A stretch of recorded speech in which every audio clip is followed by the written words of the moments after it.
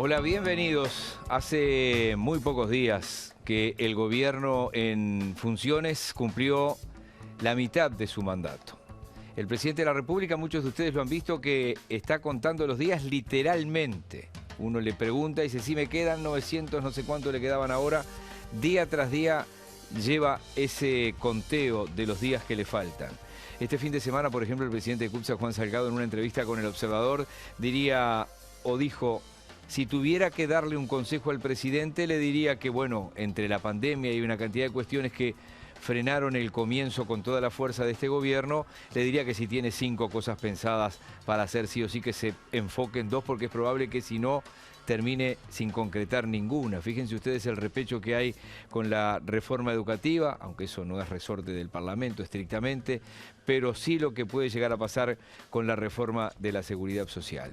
Hoy le hemos pedido a dos queridísimos colegas en ámbitos totalmente diferentes, con larguísimas trayectorias, que nos ayuden a hablar sobre el desempeño del gobierno, el desempeño del Parlamento, el desempeño de la oposición, a pocas horas de ese encuentro que el martes marcó, por iniciativa de Fernando Pereira, presidente del Frente Amplio, esa especie de nuevo relacionamiento entre los distintos partidos políticos. Veremos qué pasa con eso, ¿no? Hay un tango que me lo recordaba un amigo mío el otro día y me decía, para lo que te va a durar. Pero bueno, seamos más positivos. Quiero darle la bienvenida a alguien que es de la casa, Raúl Ponce de León. ¿Cómo estás, Raúl? Buenas noches, Miguel. El gusto de estar acompañando este programa. Y también vamos a recibir con mucho gusto a Marcelo Pereira. Marcelo, bienvenido. Buenas noches, muchas gracias. Ya tendremos oportunidad de hablar de cada uno de ustedes. Te agradezco infinitamente que estés, Marcelo, hoy acá. Marcelo es un periodista de raza, de prensa escrita. Aunque suena una redundancia, lo decimos así históricamente, ¿no? Más de prensa escrita, aunque ha tenido una larguísima participación, por ejemplo, en la tertulia. Y ahí ya se ha ido fogueando de otra manera en las discusiones. Digo, viene de una generación que discutía muchísimo y sigue discutiendo muchísimo, y eso está muy bien.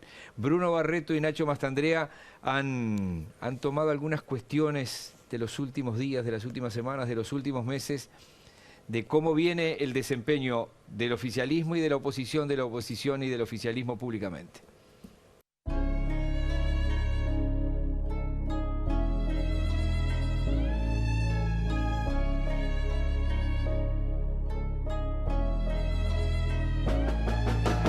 Llegamos al gobierno de las excusas. Si los precios suben y la gente no puede comprar las cosas, es Ucrania. Aunque de 24 meses, solo 2 pudieron estar en el rango meta. No, es lo que escuchamos en el informativo que usted mismo conduce. Cuando le dicen, ¿qué está pasando con los precios? Es la guerra, le dicen. ¿Pero es solo la guerra? Fomentar la grieta es la mala intención frente a elementos que debería de unir a la sociedad. Por ejemplo, el caceroleo en el momento de la pandemia. Por ejemplo, decir muertes evitables. Por ejemplo, no reconocer que nosotros estamos frente a una escalada inflacionaria producto de una guerra que se da en países productores de petróleo que además son productores de alimentos que están generando o van a generar una hambruna de proporciones desmedidas. Por supuesto que hay colchón. Fíjese que la recaudación de la DGI, según los estudios económicos que se están realizando en el país, establecen que este año va a crecer en $1.000 millones la recaudación de la DGI.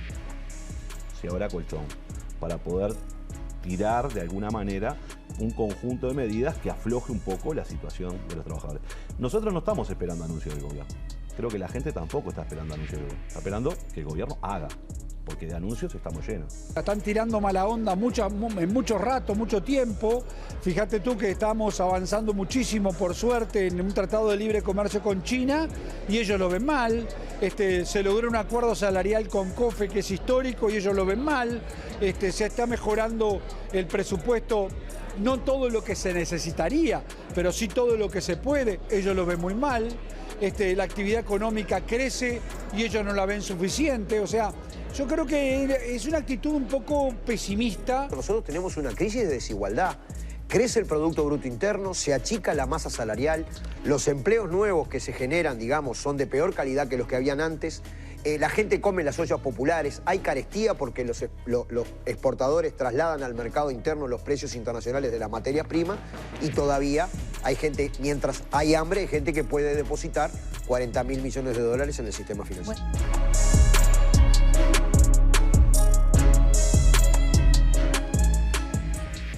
Mucho para la tribuna, pero seguramente con una dosis de equidistancia, todos tiraron cosas que son relativamente ciertas en algún aspecto y se puede matizar. Les decía que está con nosotros Raúl Ponce de León y Marcelo Pereira. Marcelo Pereira, desde hace muchísimos años, desde la creación de La Diaria, ¿estás ahí? Sí. Desde la creación de La Diaria. Fuiste un testigo privilegiado de aquella transición de la salida de la dictadura a la salida democrática, ¿no? ¿Tuviste en aquellos años trabajando en qué lugares, por ejemplo? Yo primero estuve en el quincenario Asamblea, que era de esas publicaciones en dictadura, y después estuve 20 años en Brecha, desde que se fundó hasta que me fui para La Diaria, hice alguna agencia de noticias también paralelamente, bueno, en fin. O sea que agarraste toda esa última generación de Brecha con la época de marcha, porque estaba Alfaro ahí obviamente y tanta otra gente, ¿no? Sí, Carlos María Gutiérrez, Carlos Núñez, Guillermo Waxman, gente de alto calibre. Que venían de otras épocas. Raúl Ponce León es un ingeniero agrónomo, pero hace muchos años que decidió meterse en el periodismo. 30 años casi. Estoy allí cuando Never Araujo armó el proyecto de Nuevo Tiempo. Ahí arrancamos a hacer nuestras primeras armas, más que nada el periodismo agropecuario. Después fuimos evolucionando, nos encontramos con Miguel en el 98 en Radio Sarandí, ¿no? Qué disparate. Y fueron unos cuantos años. Y bueno, sigo. Porque el nombre cierre de jornada era tuyo. Sí, señor. Sí, lo empezamos. Digo, o por lo menos. Agroeconomía. Y cierre de jornada. No sé si lo tenés, esto está registrado, Poder Ciudadano está registrado, no sé si el tuyo está registrado. No importa. Y bueno, transitando de alguna forma mucha vivencia, ¿no? Lo que decía Marcelo. Porque pasaste además de un periodismo especializado en agro, incluso con publicación mensual en El País, con la gente de Seragro, que tú integrabas obviamente. Sí, claro, sí, durante unas cuantas décadas. A incursionar ya directamente en el periodismo político. Claro, en la transición, ya sobre fines de siglo, hicimos la transición de la parte agropecuaria a una parte más económica, que fue cierre de jornada, y después ya en Sarandí una transición más directamente al periodismo más amplio, ¿no? Con un énfasis también en lo político, y desde ese momento hemos transitado, ¿no? Así que muchas partes contigo. Sí, es así. Felizmente, felizmente de nuevo juntos. En algún aspecto sí. Sí, señor. Raúl Ponce León está con su columna, además de noticias, en BTV Noticias, en la edición central. Se supone que los jueves. No, pero el 90% del tiempo los jueves. Sí, claro que sí, por supuesto. Bueno, hay una coyuntura muy particular, la que tú decías, ¿no? La mitad de periodo, ahora empieza la segunda parte, el reloj empieza a correr en contra ahora, ¿no? Y pone, algunos los activa, en el caso de la oposición, y al gobierno y sus socios los pone, en fin, vamos a evaluar de qué va todo esto, ¿no? Sí, porque hay allí una coalición de gobierno, y arranco por ahí. Nosotros tuvimos la oportunidad de la salida democrática de ver a todos los presidentes, y muy de cerca, de lejos, de cerca, de perfil, de frente, algunos de ellos. Bueno, yo la semana pasada entrevisté al doctor Sanguinetti también aquí. Y vivimos coaliciones de gobierno también, ¿no? Sobre todo cuando gana el Partido Nacional. Wilson habló mucho de la gobernabilidad también, ¿se acuerdan de eso, no? Sí, claro. Aquel primer gobierno de Sanguinetti incluyó en los entes autónomos, además, una cosa que sacudió porque había gente del Frente Amplio en los entes autónomos también. ¿Cómo estás viendo esta coalición, Marcelo? Vamos a arrancar por ahí. Esta coalición, yo creo que primero que nada hay que reconocerle que logró lo que durante 15 años los partidos de Nacional y Colorado no habían podido lograr, que era terminar con los gobiernos de frente. No les resultó fácil. Exacto. ¿No? Hay casi una generación de políticos que, después de estar en partidos que siempre gobernaban, al frente o como socios, se comió 15 años de ser oposición y de no estar en el Estado, que no es poca cosa. Ahora, el tema es que para lograr eso, yo creo que ahí hay un mérito de la calle Pou como político, ¿no? O sea, le encontró la vuelta a nada al frente, o el frente en cierta medida también perdió las elecciones, pero... Siempre hay una mezcla de las dos cosas, sí, ¿no? Los aciertos de uno y errores de los otros. Ahora, El tema es que lo que consiguió armar la coalición actual fue una coalición para ganar las elecciones, para sacar al frente. Ese era un común denominador indiscutido.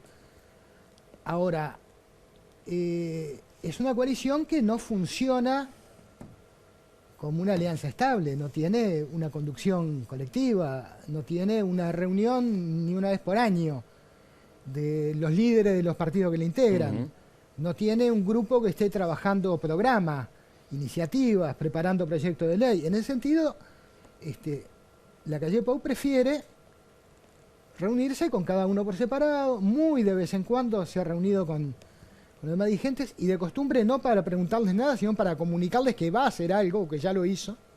Y entonces la agenda que tenía esta coalición, bueno, fue la que lograron hacer, después de que ya habían decidido votar a la calle Pou, apareció el compromiso con el país. Vamos a recordar el orden de los factores, ¿no? Sí, sí, el acuerdo programático es posterior a la decisión de votar. El candidato de la calle Pou iba con todos los programas marcados a los actos, ¿se acuerdan de eso, no? Sí, pero tejiendo lo que después se vino. Lo que quedó, en muchos sentidos, está un poquito ya como terminado. No queda mucha cosa concreta en ese documento preelectoral que hayan acordado todos los partidos que integran la coalición de gobierno, y sobre todo los tres que son decisivos, ¿no? El Partido Nacional, el Partido Colorado y el Cabildo Abierto. Si uno de estos tres no vota una norma, perdieron. Entonces, de acá para adelante, en esa segunda mitad que es más corta, porque no son dos mitades iguales, la segunda mitad termina bastante antes. Sí, sí, porque el 2024 entre las internas, el receso que arranca el 15 de septiembre, además. Sí, y los meses después en que el presidente ya saliente. Bueno, en realidad quedan un par de años. Es muy buena observación. No quedan 2 años y medio, quedan 2 años, con suerte. Bueno, y esos 2 años, ¿qué va a pasar? Déjala ahí. ¿Qué va a pasar en esos 2 años y medio? Vamos a hacer una pausa y vengo con tu visión de la coalición, Raúl. Perfecto. Que seguramente tendrá coincidencias y tendrá algo más para agregar. La marcha del gobierno, la marcha del Parlamento, el funcionamiento como oposición del Frente Amplio, que se había desacostumbrado a hacer oposición, aunque fue... aún hoy hay parlamentarios de la coalición de gobierno actual que dicen que lo que hace muy bien el Frente Amplio es ser oposición. Ya venimos.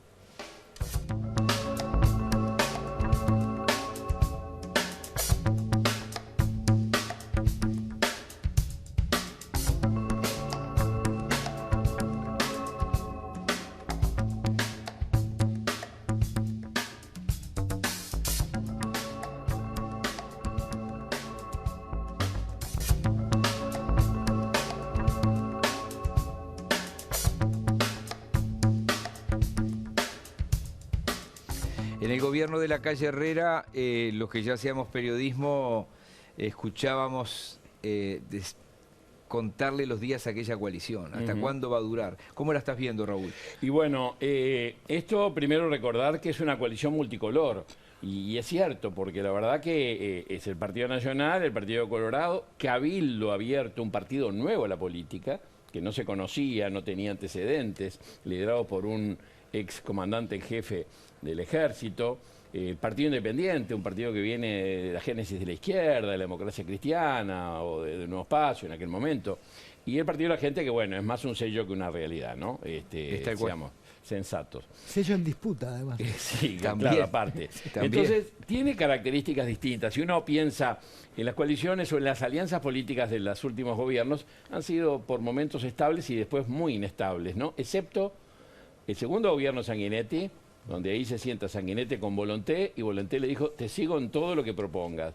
Y fue un gobierno que hizo, en alianza, Partido Nacional, el Partido Colorado y el Partido Nacional, hizo cosas. Hizo la reforma de la Seguridad Social, hizo la reforma educativa, hizo la reforma del Estado, se podrá criticar más o menos, entre otras cosas. ¿Y la reforma electoral? La reforma electoral. La reforma electoral, Vaya, por ejemplo, sí. menudo tema. Y esta coalición es más difícil.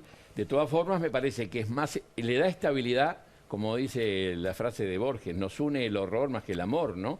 No bien decía Manini la noche del referéndum, que dijo, cualquier burrada que hagamos, palabras más, palabras menos, ¿no? Marchamos, ¿no? Si hacemos algo mal, el Frente nos gana. Y da la sensación de que es así. Porque Eso si fue uno una mira, conversación privada. sí, que la televisión lo tomó o el audio se tomó. pero muy realista en lo que decía. Y eso es lo que percibimos cuando uno mira lo que son las encuestas y las tendencias, y vos ves que el referéndum fue prácticamente el resultado de la segunda vuelta, que fue cabeza a cabeza, 30.000 votos, pueden estar o no estar en la última semana. Es cierto. Está bien lo que decís en la segunda vuelta, porque el Frente sacó 39% de los votos, ¿no? Claro, porque yo creo que hay una señal clara en la primera y la segunda vuelta. Dice el Frente perdió por 30.000 votos. Yo creo que la ciudadanía creo que no quería darle la mayoría al Frente Amplio, no quería un cuarto gobierno con mayoría del Frente Amplio. Entonces le votó, le sacó el apoyo ahí. Pero después en la segunda vuelta, bueno, tenía dudas, la prueba está que fue cabeza a cabeza, ¿no? Entonces, bueno, ¿qué va a pasar con la coalición? Yo creo que se van a mantener, van a ir marcando más perfilismo, sobre todo Cabildo, que es el que más se ha desdibujado, lo hablábamos la semana pasada, si uno mira las encuestas, Cabildo ha bajado en relación a la última Nunca elección. marcó ninguna encuesta de la empresa que sea, nunca marcó los 10, 11, 12 puntos. Que tuvo en su momento. De votación, además. Sí, sí. Y entonces, bueno, me parece que se van a mantener unidos con cierto perfil más marcado en la cancha. Y bueno, habrá que ver cómo lo maneja el presidente de la calle, que hasta ahora lo ha logrado manejar cabeza a cabeza, ¿no? Como decía Marcelo, cara a cara con cada uno de los líderes, lo ha logrado sobrellevar, ¿no? Sí, los voy a llevar al Frente Amplio. El Frente Amplio, que bueno, ha elegido a un líder sindical como Fernando Pereira como su presidente. Hay quien dice que cuando no aparecía el nombre lo tiró José Mujica arriba de la mesa como alguien que tenía consenso entre todos. Se lo preguntamos a Mujica mismo y no contesta eso, seguro no asume, fui yo, capaz que no lo fue. Y un Frente Amplio que tuvo que a las apuradas, estoy afirmando y ustedes me corrigen o dan la opinión que quieran, sumarse al PIT-CNT y a algunas organizaciones sociales en la campaña contra la ley de urgente consideración. Arrancamos por ahí en este papel, en estos 2 años y medio del Frente Amplio como oposición. Yo creo que al Frente le costó mucho volver a la oposición, ¿no? A pesar de que en su historia, por supuesto, estuvo mucho más tiempo en la oposición que en el después gobierno. Del cachote que recibimos, decía Sí. el otro día Vergara, ¿no? Mario Vergara, después del cachote del 2019. Le costó mucho por los mismos motivos que le habían hecho perder la elección, porque estaba muy instalado en la estructura estatal y muy alejado de sectores de la sociedad que son los que no lo votaron. Sí, claro. Entonces, lo que sí pasó entre la primera y la segunda vuelta fue que hubo como una reactivación. Y lo que pasó también, me parece, es que en la primera parte del gobierno, dejemos de lado lo de la pandemia, porque la pandemia no la tenía prevista nadie, la idea probablemente de buena parte del oficialismo era decir, bueno, seguimos para adelante y los tiramos al mar, ¿no? O sea, estos vienen en caída y que sigan cayendo. Construimos una impresión de que este gobierno va para adelante y que además es el presidente. El presidente que no tiene mayoría parlamentaria, el Partido Nacional está muy lejos de tener mayoría parlamentaria, ¿por qué no se sienta en una mesa de dirección de la coalición con Sanguinetti, Manini, Mieres, el que sea del Partido de la Gente, cuando se pongan de acuerdo quién manda? Porque ahí se tiene que enfrentar con la realidad de que él no puede decidir qué hace el gobierno. Si él venía en la cresta de la ola con esas primeras encuestas de popularidad, está cada vez mejor, crece, bueno, ahí podía conseguir que la coalición le llevara cosas con las que no estaban de acuerdo en principio, por eso no están en el compromiso, por eso en el presupuesto la calle Pou mandó cosas que no quedaron, en la LUC mandó cosas que no quedaron, porque el Partido no las quería, porque el Cabildo no las quería, porque no quería ninguno de los dos. Entonces, ¿qué fue lo que marcó el referéndum? Aparte del tema en sí de la LUC, por supuesto. Bueno, que en realidad no había pasado eso. Que no había crecido el oficialismo en ese empuje de que con la calle Pou estaba cautivando al país y el Frente se iba a terminar de hundir. No, bueno, quedamos más o menos en la misma. Y estamos más o menos en la misma. Ahora, el tema es, con esta situación, esta ecuación de ahora, el oficialismo no puede seguir funcionando en base a seguir en campaña electoral contra el Frente, ya le ganó. Ahora tiene que hacer algo. Entonces, estos 2 años que quedan, Pues dentro de 2 años estamos a punto de votar, estamos en septiembre de 2024, falta poquito a las elecciones. El 15 de septiembre arranca el receso. ¿Qué van a hacer? ¿No? Digo, seguir tirándose cascote, porque el frente le costó muchísimo, yo creo que resbaló varias veces en los primeros años, no encontró el perfil opositor, se pasó de rosca, ahora se está acomodando. Creo que lo de Pereira es una buena decisión del frente, muy acostumbrado a articular gente muy distinta, que es lo que tiene que hacer en el sindicalismo y lo que tiene que hacer en el frente también. Pero el problema es que el país no puede esperar 2 años a que haya otra elección para ver quién tiene mayoría y ver si arrancamos para algún lado. Te sumo, Raúl. Bueno, sí, yo creo que ahora la prioridad de la coalición en esta segunda parte me parece que claramente apunta a lograr la reforma de la Seguridad Social. Me parece que ese es el emblema que tiene. Una bandera a concretar. Sí, claro. Porque la apertura comercial parece mucho más lenta, mucho más trabajosa de lo que se suponía. El tema con China, con la traba del resto de los socios del Mercosur no es tan fácil. Con Europa, si bien ahora estaba el Un canciller... paréntesis ahí para Sí. los dos. ¿Hizo bien la calle Pou en decirle al Mercosur, el Mercosur es un lastre y esto hay que flexibilizarlo? Yo creo que sí, en realidad dijo lo que todos piensan, ¿no? Y fue sincero en la percepción. Después, si eso, desde el punto de vista diplomático, es una buena decisión o no, ¿Qué pensás de eso, dirán Marcelo? los Yo diplomáticos. pienso que lo hizo para su tribuna, acá. Eso en una cumbre en Mercosur no sirve absolutamente para nada más que para tener problemas. Ujú. Pero igual, los problemas ya estaban, ¿no? Acordate lo que fue el discurso de asunción de Cristina Fernández con Vázquez en la tribuna, la humillación. Lo y destrató demás. bastante. En realidad, tampoco se merecen demasiado halago.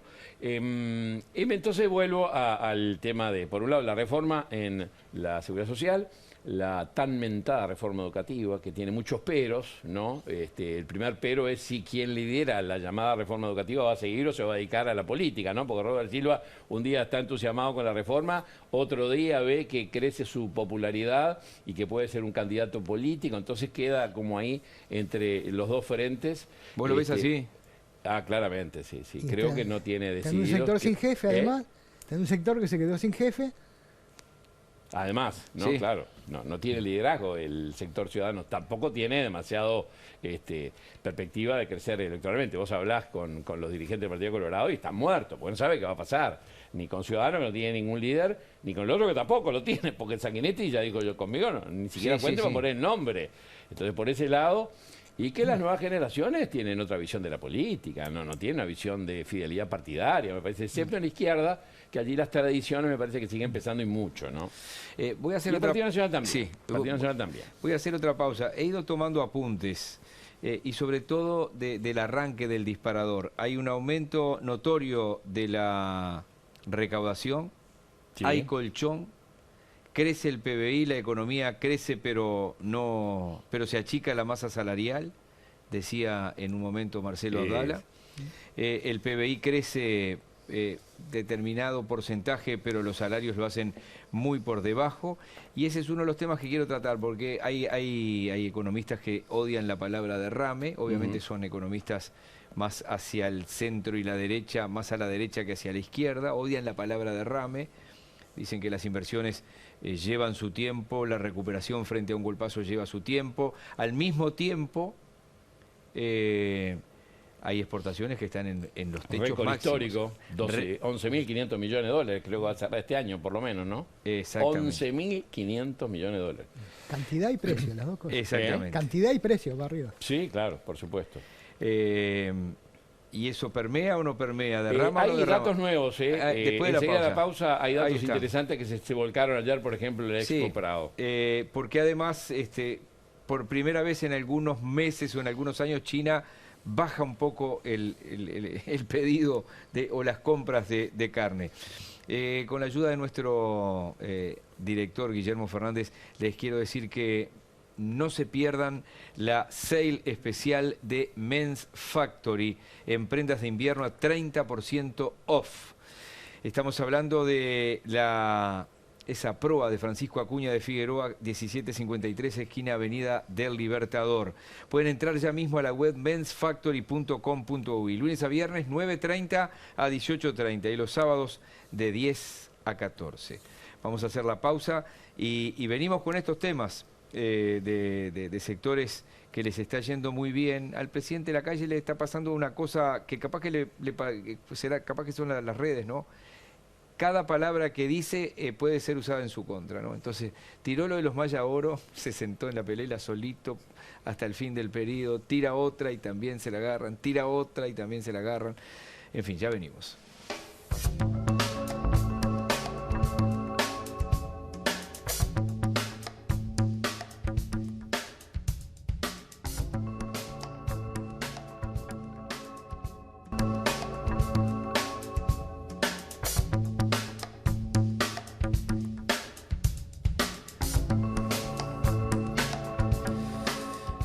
Algunos mensajes radicales, por ejemplo, me pasó en Buscadores el lunes pasado, estoy yendo una vez por semana a Buscadores y estábamos hablando del Prado y decía la fiesta en que los pobres pagan para ver qué tienen los ricos, ¿no? Como que de allí no sale ninguna ganancia para ningún lado, ¿no? Como que los sueldos que ha logrado la Federación Obreros y Empleados de la Carne, la FOICA, en los frigoríficos no fueran más que dignos, es correcto que así sea. Pero tú decías, hay datos nuevos. Sí, yo no traje exactamente los datos, pero sí el concepto. Esta semana la economista Florencia Carriquiri, integrante, socia de la consultora Exante, hizo una exposición sobre la evolución del agronegocio en el país. Y desmitificó algunas cifras que dice que el agro no derrama la economía. A ver. Y habló primero de 11.000 y pico de millones de exportaciones para este año, del cual 70% tiene base agropecuaria.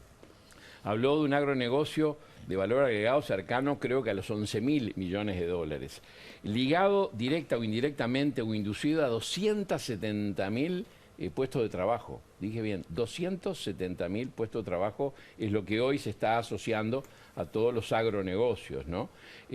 Con un aporte de impuestos cercano entre 1.500 y 2.000 millones, no me acuerdo si eran 1.500, 1.600 millones de dólares. En fin, un derrame, un multiplicador por inversión por cada dólar invertido genera 3. ¿No? O sea que hay toda una visión distinta a la visión tradicional de la economía de que el agro era muy rígido en cuanto al valor agregado que le daba, ¿no? Porque que no le agregaba valor, se produce carne sin mucho agregado, pero claro, toda la medición anterior de la mejora genética y de todo el manejo y la alimentación y los fletes, todo lo que va ligado a mejorar la eficiencia productiva, le agrega valor a la economía.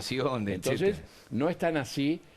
Masa salarial, en fin, hay una serie de consideraciones que, lástima que no tenía actualizados acá las cifras para compartirlas con más certeza, pero están en la página de Exante, quien le interesa lo puede ahí, muy categóricas lo que ha sido la evolución, el crecimiento y el aporte que le hace a la economía en general, en salarios, en fuentes de trabajo, entre otras cosas, ¿no? Y en divisas ni que hablar, ¿no? Hay quien dice que ese colchón existe y que lo van a derramar el año que viene. Bueno, no sé, por ahora la promesa que más espectacular que tiene el gobierno es que la gente cuando termine el mandato va a volver a ganar lo que ganaba cuando empezó. Después de estar todo el otro tiempo abajo. Digo... Al mismo nivel, lo acumulado per día, no sé si lo va a recuperar todo. No. La gente dice recuperación. El salario, lo perdido, lo perdiste. Sí, claro. No, la recuperación no es que te devuelven lo que no cobraste. No, claro. Perdido, lo perdiste. Perdido, perdiste. Y en esto tuvo que ver la pandemia, pero no solo tuvo que ver la pandemia. Porque vamos a dejarme abrumar. En campaña electoral, el Partido Nacional, ¿no? y buena parte de sus socios dijeron en todo el país que Uruguay tenía un problema porque los salarios estaban indexados y que había que flexibilizar los convenios laborales porque eso afectaba el empleo, con la vieja tesis clásica de que si los salarios están muy altos, están demasiado altos, ¿no? Entonces no se generan fuentes de trabajo. Había una voluntad de hacer esto. Y bueno, la realidad es que macanudo, la actividad agropecuaria y algunas otras no es que se... Vuelan. Vuelan, ¿no? Tienen, por supuesto, toda su cadena de generación de cosas, pero el promedio del salario cayó.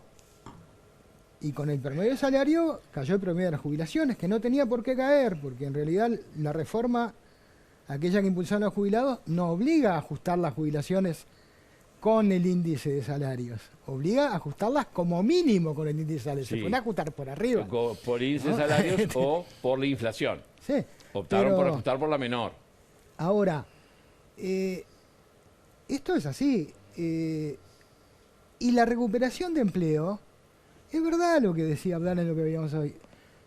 Una cosa es tener un empleo de calidad, otra cosa es estar como están los gurises, que agarran, están 3 meses en un lugar, los cortan antes de que tengan que pagar de despido, por ahí los ponen o no los ponen, les dan o no le dan el alta en la mutualista, y andan Lo que haciendo pasa es que el changa. empleo de calidad tiene un talón de Aquiles que es la capacitación de la gente, ¿no? Cuando vos hablas con los sectores de la informática y demás, que además de tener desocupación cero, tienen demanda insatisfecha. Eso va ligado a la capacitación y ese es el drama de este país en cuanto al atraso en la formación de los recursos humanos para el trabajo.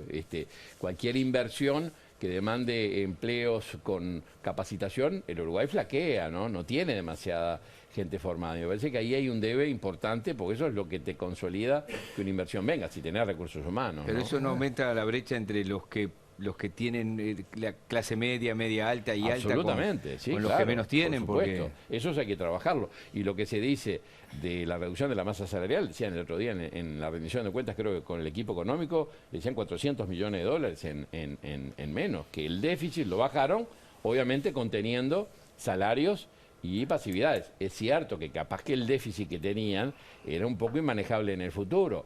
Quizás no era el único mecanismo de ponerle, por un lado, el atraso cambiario, que es el ancla inflacionaria, y por otro lado, bajar... ¿Hay atraso cambiario?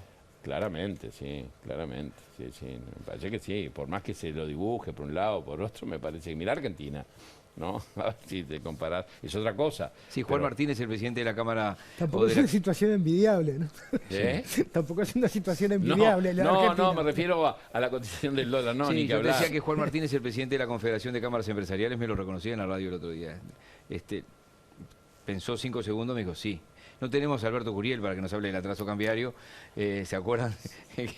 Alberto, les Pero quería... todos los gobiernos de alguna forma han usado el tipo de cambio en algún momento como una herramienta. Porque este de atraso economía. cambiario capaz que es la explicación de que el salario, en algunos salarios en dólares, nunca estuvieron tan altos en dólares como en este momento. No, y es un freno a la inflación, porque si no la inflación importada más la nuestra, capaz que hubiera pasado las 2 cifras, ¿no? Pero, digo, sí. los salarios que están, los que salió a decir otro día el ministro de Trabajo, que, bueno, no todos cayeron. El otro día hay un estudio que no es del Instituto Cuesta Duarte del PCNT, es de la Universidad Católica. Ujú. Los sectores que mejoraron salarios fueron los que consiguieron eludir las pautas del gobierno.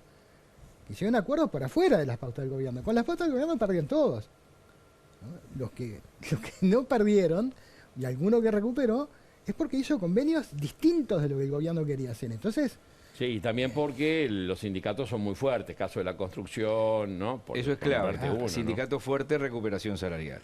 sí, siempre. Alguien me Eso dirá, es con la lograr. excepción de COFE, bueno, sí, Pero COFE logró un buen acuerdo. hay que se poner pusieron. arriba de la mesa, por ejemplo, que es cierto, sí que hubo allí hasta un impuesto hasta a determinados sueldos altos de la administración pública. Es lo mismo un funcionario público que sabe que si tiene 30 años de edad, tiene 30 años que no lo va a sacar nadie de allí, al que todos los días no sabe si sigue o no en la empresa. ¿Sabes que es un gran mito lo de que los empleados públicos no se pueden echar, no? No, digo, si Se pueden echar. Digo, yo no dije que no se pueden echar, pero si te comportás correctamente, Bueno. la evaluación diría Conrado Ramos, que hace cada jerarca, le pone el puntaje máximo y va a la canasta. Eso le es pone el otra puntaje. cosa, pero hay que evaluarlos. Bueno, por ahora se está evaluando con el viejo formulario y la mayoría de los jefes ponen el puntaje máximo a todos, nadie se complica y va a la Claro. canasta y así lo devuelven.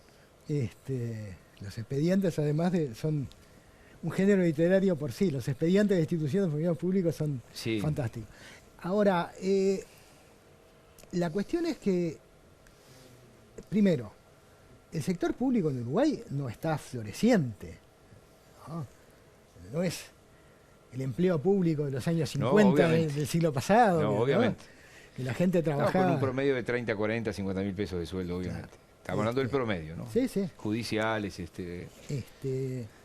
Ahora, para mí, vuelvo a lo otro. Acá hay una voluntad de hacer eso. Lo del derrame... Pasa que en Uruguay eso no funciona. Uno ve la discusión en Chile, ¿no? Y en Chile tienen naturalizada la desigualdad. Dicen, no, nadie se murió nunca de desigualdad.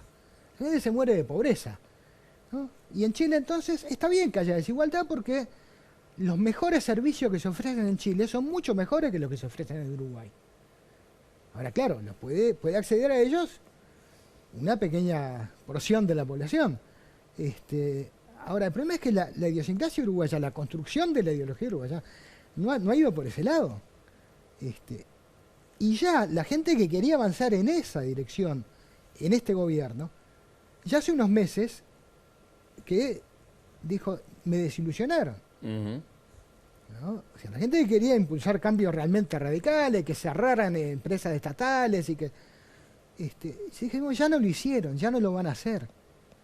Esa gente ya a esta altura está pensando a quién vota en 2024 para ver si las reformas inevitables que dicen que hay que hacer, que son inevitables hace 50 años que nunca se hicieron, más o menos sigue, a ver quién las va a hacer, pero ya están desilusionados de este gobierno, la gente más extremista, digamos.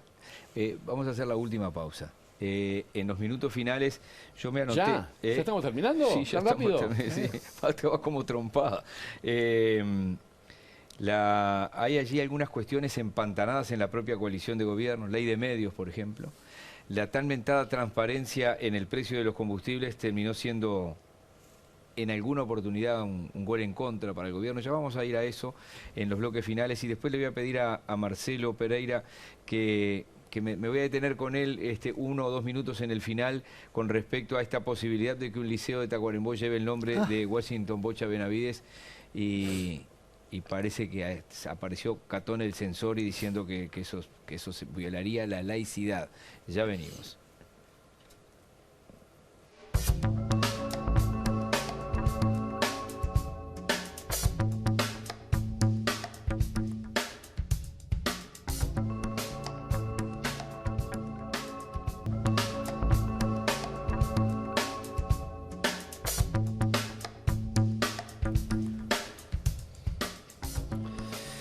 Los riesgos de prometer y prometer y prometer en estos tiempos en que... Eso es la política, ¿no? Seguro. Y pero más en pero está periodos bien, electorales. Pero la política no contaba hace 10 años con una cámara en cada mano. Con un grabador en cada mano, con una cámara... ¿Vio que usted ha visto las fotos de los ovnis últimamente o se desaparecieron los ovnis ahora que hay 3.000 millones de cámaras en la mano de los humanos? ¿Desaparecieron los ovnis? ¿Qué pasó? Bueno, esa es otra discusión. Porque con tanto celular en la mano y tanta cosa deberían aparecer todos los días, supongo, sí. ¿No? Bueno, capaz que no quieren venir al Uruguay. Pero más allá, bromas aparte y no tantas bromas. La ley de medios, 2 años empantanadas, Raúl. Sí, señor. Lo de la transparencia, la paridad de importación. Yo siempre digo que la URSEA no marca ningún, es decir, no recomienda nada. Dice, está el precio de paridad de importación. Esto es lo que debería valer si se importara. Respecto a la ley de medios, una ley de medios que nunca se terminó de reglamentar totalmente. El propio Tabaré Vázquez tenía algunas dudas y no llegó además, como hubo impugnaciones, se frenó. Aplicarla, ¿no? Este gobierno quería derogarla. No tuvo el acuerdo de Cabildo Abierto, ni siquiera para modificar una modificación un poco más profunda. No lo logró. No hubo forma, y menos derogarla. Solo transaron en derogar hasta ahora un solo artículo que generaba inconstitucionalidades. Y que ha tenido fallos judiciales de inconstitucionalidad. Suprema Corte, ¿no? Que ha tenido fallos judiciales. Sí, claro. Cuando a veces pasa demasiado, que ya es demasiado notorio lo de la inconstitucionalidad, se termina derogando por un tema de práctica parlamentaria, de lógica. ¿Qué va a pasar? Da la sensación de que esto va a seguir así, va a estar vigente la ley anterior. Que no se aplica. Que no se aplica, con algunas carencias en la reglamentación y demás, y bueno, y se irá negociando. Eso es lo que tiene que ver con ley de medios, ¿no? Tú decías respecto a... En algunas cosas se aplica. ¿No? Es decir, poca cosa, pero si vos ves un partido de fútbol, por ejemplo en este canal que pasa los partidos de fútbol, ves un gráfico en Argentina, ocupa toda la pantalla. Acá ocupa un lugarcito chiquitito porque no se puede poner un gráfico más grande que ese en un partido de fútbol. Por ejemplo, te podría decir otra cantidad de pero hay cosas una cantidad menores. de cosas que no se cumplen, ¿no? No, obviamente. Y hay un consejo también de Catón el Censor que tampoco funciona. No se creó nunca, ¿no? Y bueno, por eso no funciona, ¿no? O sea, Catón faltó con aviso. Sí, Faltó Catón con aviso. faltó y apareció uno peor, que es el del proyecto de Domenech de que la Corte Electoral controle determinadas cosas, que Sí, eso, bueno, eso eso no lo es. apoya El nadie. porcentaje de político que cada partido que va a cada programa. Es una iniciativa brillante. Es una idea. Es una ironía, supongo. No, claro. Por es supuesto. una locura. El que escribió eso no tiene la menor idea. En proyecto de Cabildo Abierto sobre ley de medios. No tiene la menor idea de lo que es un medio de comunicación el que hizo eso. No, además no pueden ir los que tienen 1 millón de votos, no puede ir lo mismo el que sacó 10.000 votos, se supone en la misma frecuencia, ¿no? Parece elemental. No. Y decías, Raúl. No, y lo otro respecto a la metodología del precio paridad de importación, que en realidad es una información objetiva que estudia la unidad ejecutora, la unidad Reguladora de los servicios de energía y agua. Efectivamente, que hace los estudios lo más aproximado posible a la realidad y dice, bueno, si se importara el combustible tendría que valer esto, y lo compara con respecto a lo que hace ANCAP. ANCAP lo toma, el gobierno lo toma, y en función de eso fija los precios. Pero la fijación ha sido política, porque lo agarró en un momento de mucha alza en los precios internacionales. Y además ningún gobierno renuncia a bajar impuestos. Ninguno, pero fue una apuesta que se hizo demasiado excesiva, quizás en campaña, y la realidad lo pasó por arriba. Y no tuvieron después más remedio que lo que le criticaban a Mujica cuando decía lo político por encima de lo jurídico. En este caso, y sí, fue así. Si bien la metodología les permitía fijar el precio del Ejecutivo, terminó actuando siempre, casi siempre, en contra de lo que decía el precio de paridad de importación, ¿no? Los quiero llevar rápidamente a dos temas que están ahí arriba de la mesa. Uno es la reforma de la educación. No vamos a entrar en los contenidos, sino a mí lo que me preocupa es... llegó Sanguinetti a su segunda presidencia, hace la reforma de rama, llegó el Frente Amplio, aparece la Ley de Educación del 2008, llega la calle Pou y hace o propone o impulsará y si gana el Frente Amplio en el 2024. ¿Cambiará esto? ¿No debería ser una ley, una típica reforma? ¿Qué dijo Carolina Cose en un tuit de hace pocos días? Ah, sí.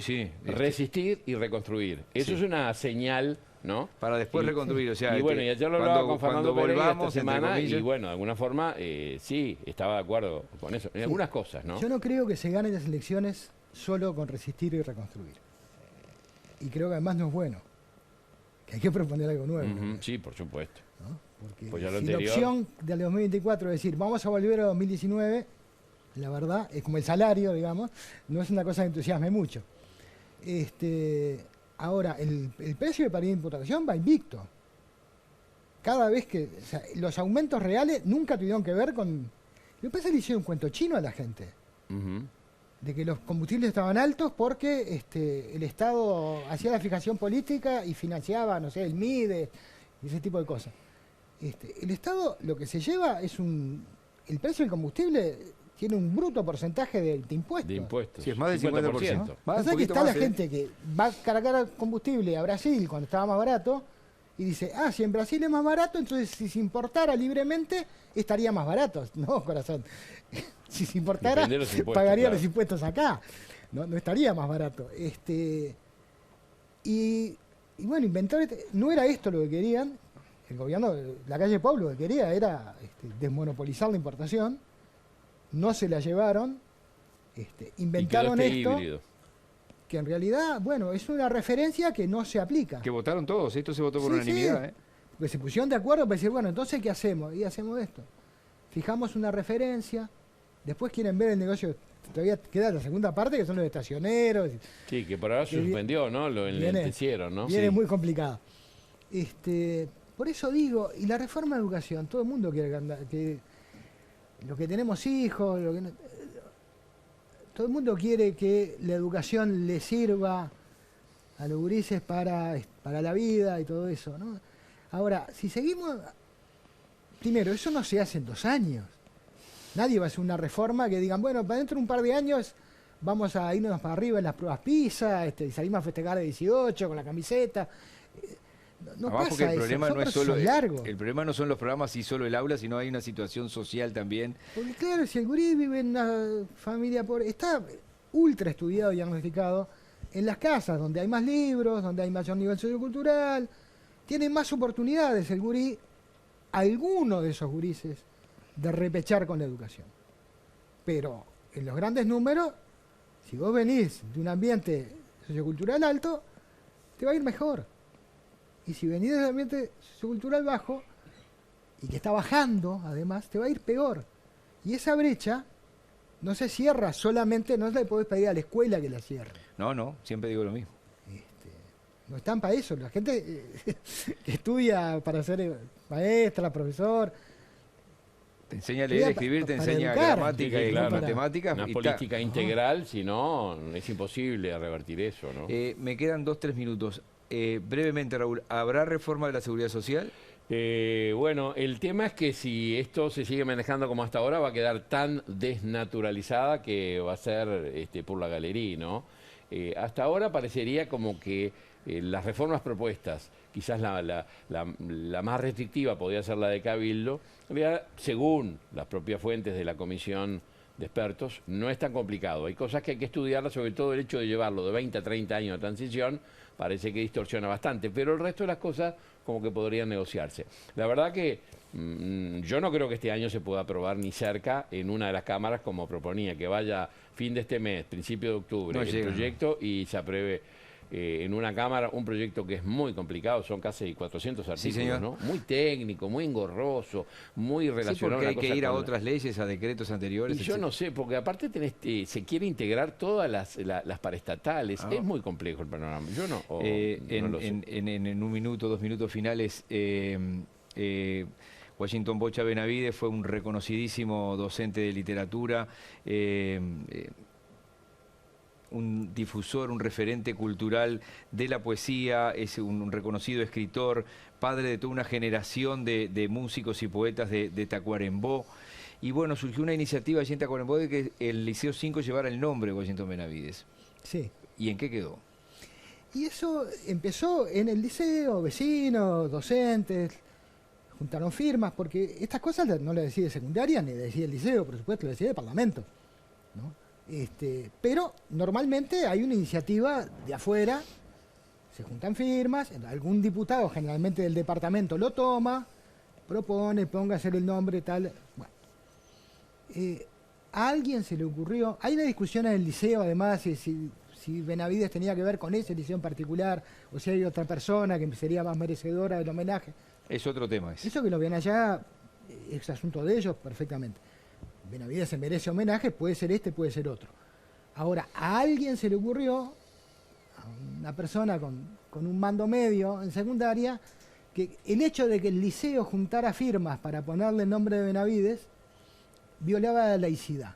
Bueno, esto es el problema que estuvieron discutiendo hace un par de días los partidos, de que no podemos estar en guerra continua, que todo, cualquier cosa, el partido de fútbol, la noticia sobre lo que pasó en Pakistán, todo da para hablar, sí, porque ANCAP, no, y ustedes con esto otro, y el Cuquito, no podemos entrar en esa, porque así es que eso es lo que llamaba la calle Padre la máquina de impedir, que era una de sus frases favoritas. Sí, sí. ¿no? Bien, veremos qué pasa con esto. Marcelo, un gusto, muchísimas gracias. Raúl, lo mismo. Gracias por la invitación. La verdad, ojalá que haya sido tan llevadero como para nosotros. Muchísimas gracias, Marcelo, gracias, Raúl. Y a ustedes también, Hasta la semana que viene.